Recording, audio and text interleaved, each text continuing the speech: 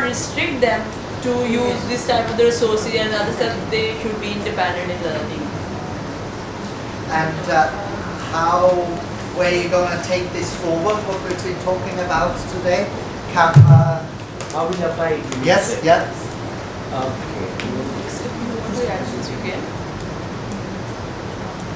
How can I apply? Yes, what sort of ideas were being discussed in the group? Yeah, anybody really? Yeah.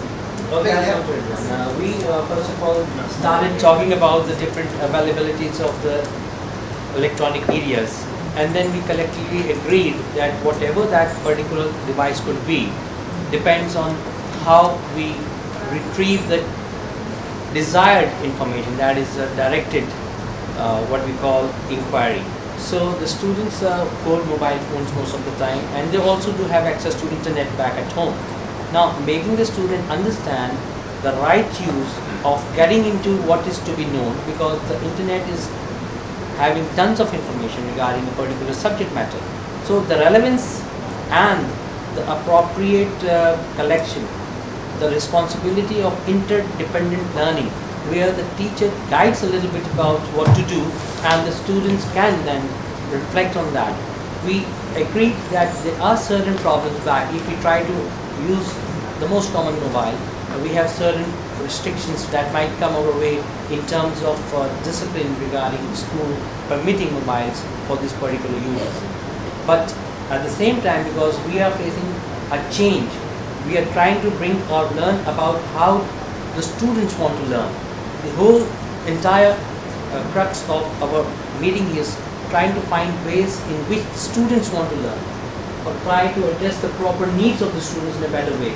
So if we try to be broad-minded and try to allow certain things which we have been banning in the past and allowing the change to come up, we have already allocated 30 years for this plan that we are trying to look into. So I think with the passage of time, we are getting empowered gradually, and hopefully the change requires time, and inshallah somewhere, sometime, we might be able to say that we have brought about a change and we wanted to see. To some degree, at least if not totally, but we can't, we will be able to improve. Or starting from the students and then the admin and the parents also, because it's going to be a triangle, teacher, management, parent. I mean, that's not something we've discussed in a great amount of detail, but quite clearly parents to some extent will have very strong views at times about the role of technology, and be afraid of their children learning or doing certain things that they shouldn't be, and all of that sort of thing. Afraid of the exposure to internet. May I just add something? Yes, please. As far as use of technology is concerned, that is fine. We should be trying using technology for various reasons, for reinforcement purposes and to match the objectives as well. But as far as use of internet is concerned, we have to be really careful, because when we were working on PSU, like when the schools were off and we were working on the tasks for the students that they were supposed to do at home, there were so many sites. Like I would just give you an example that I have some witnesses with me who were working with us at that time. We just wrote road signs on Google, and the first picture that came up was like, we were sort of taken aback, and it had all the road signs with the whole secular process defined step by step using those road signs. So we have to be really very careful that if at all we give them some internet, some work related to internet, we have to give them safe sites that we have visited ourselves, and that the most difficult task for us at that time was to ensure that what the sites that we are recommending, are they safe. So we had to. There is a software regarding that protection. We have so many softwares that can prevent. NetNanny is one of them. You can have so many. There are clearly solutions, but one of the issues also is that if you make the solution a purely technological one, what do the children do? They're trying to find their own ways around it, because that becomes the challenge. So I'm not saying not to provide a safe environment, far from it, but I think it's also important to engage learners in an awareness of the dangers and of the problems and the issues. So if they do certain things, you are likely to be able to stop them, but at the very least they should have a back conscience because you've actually problematized the issues with them, and they do. Did you want to? No. Okay. So I think. Yeah, and I write curriculum, English curriculum, yes. Classes 1 to 5, and what I would like to take from here is that there are plenty of softwares that you just talked about, and I would want that every year we revise one class curriculum. And I would try to just see that when we sit our curriculum group sits, we try to inculcate as many softwares as possible, so that there is a varied range of technology that is used. Yes. Finally, I'll just say one thing, that as we are trying to come from localization to globalization, would it be possible for us to access you through the net if we want to after the conference is over? If you want to see that presentation, No, you're getting. I mean to say we want to keep a long distance learning. Yes. We can be on the net and we can access you even after this session is over. It will be beneficial for all of us who are here today. At the end of the session, I'll write my email address. Thank you so much. That would be a great support, because then we'll feel really empowered with what we're trying to do. Get in touch. Thank you. So the concept here, I'll come to everybody, but just to hang on to one of the concepts here, and that was the sort of, you didn't call it that, but it's often referred to as the walled garden. To some extent, it is within our educational remit to provide an environment that's safe and that's conducive, and one aspect of that in relation to this, in relation to internet, is we need to do some pre-selection.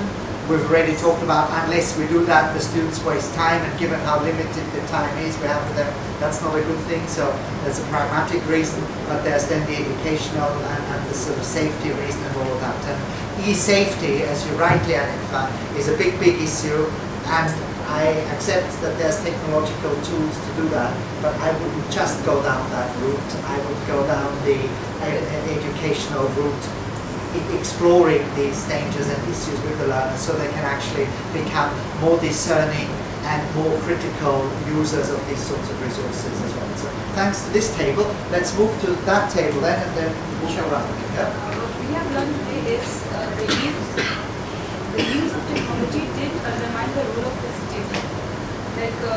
Sorry, it is louder. Of facilitator, I think. The use of technology did not undermine the role of facilitator. Like if we were given the application web tools like a list, would have been very difficult for us to come across, because today we have learned a lot of new sites and programs and every software is there. But the way you have explained us through examples and through your classroom practice, the demonstration and also, we have learned a lot. She means human element is critical. Yes. So clearly, in terms of facilitation, one of the things that you read a lot in the literature about is how exactly technology reinforces the need for teachers to become facilitators. So that's exactly one of the important characteristics. And when we go back, we just want to try and learn more and implement. And then do you come up with any particular things that you might want to go away and try? All potatoes, like call, delicious. Delicious. There's a new sites actually. I would say something about, there's a fear factor in the teachers basically. Please, Yes, because you see we are digital immigrants and the children are digital natives. So they are aware of a lot of things we have to learn. So a lot of teacher training has to be provided. Coming from the administration point of view, actually I feel that this is really a very important issue in our country. It talks about the working environment in which we people are. The biggest constraint we have is not even the lack of resources, it's actually the lack of time. Because we are so overworked that even if we want to do a lot of practice for technology and things like that, it needs practice, because students are far better. Guess when I do most of this stuff? But once you have between midnight and 2 or 3 in the morning is when I finish. So I know exactly what you mean about time. But once you hang on to technology, you try and save time later. But that's the big problem, the time. it allows me to save lots of time in lots of ways. But because there's so much interesting stuff out there, so there's this person who's got this network, and I want to learn about from them what they're doing, so I stay in touch with them. And then there's this person there, and I do think as a general point, there is, given that you're such a, I obviously don't know any of you personally, but what I can gather, come from all sorts of different schools in all sorts of different districts, and there's a lot that you can learn. You don't even need me for that. You can learn from each other, and looking for ways in which these technologies actually can be used to have the occasional conversation with each other, be it through email or be it through chat. Share some resources and so forth. And there's some great sites out there allowing you to do that. I happen to, as I said, to be a foreign language specialist and know the sites there. But for example, there is a very good one in the US called FTL Teach, and there's another one in the UK, where in the case of the US, thousands; in the case of the UK, hundreds. Specialists interact with each other by posting up questions, sharing. So somebody says, how did you do the A-level literature, blah, and then within a day you'll have 5 or 6 answers from people all over. Have you tried this? So I've done that. And it takes time, it takes commitment to read it, and if you don't post ever, relying on everybody else to post, it's not going to work either, so you've got to contribute. But there's a lot to be said for those sorts of listservs and those sorts of technologies that allow you, however remote your location is, and I have no idea where you teach, to access a whole wealth of expertise that's out there that people are willing to share. And there's, before I come to the other table, there's one little graphic that I've just from another presentation that I thought I might want to show you, because I find that quite persuasive. A student, a PhD student at King's College London, one of our sister universities, a few miles away from us, in their dissertation used this particular graphic, which I thought was very interesting, entitled The Network Teacher. So if you look at yourself here as the teacher, in this brave new world, I don't know, one of you folded that a little while ago, this is what's actually happening. These are the sorts of issues that are going on and the demands that are happening in relation to technology, in terms of keeping in touch with colleagues.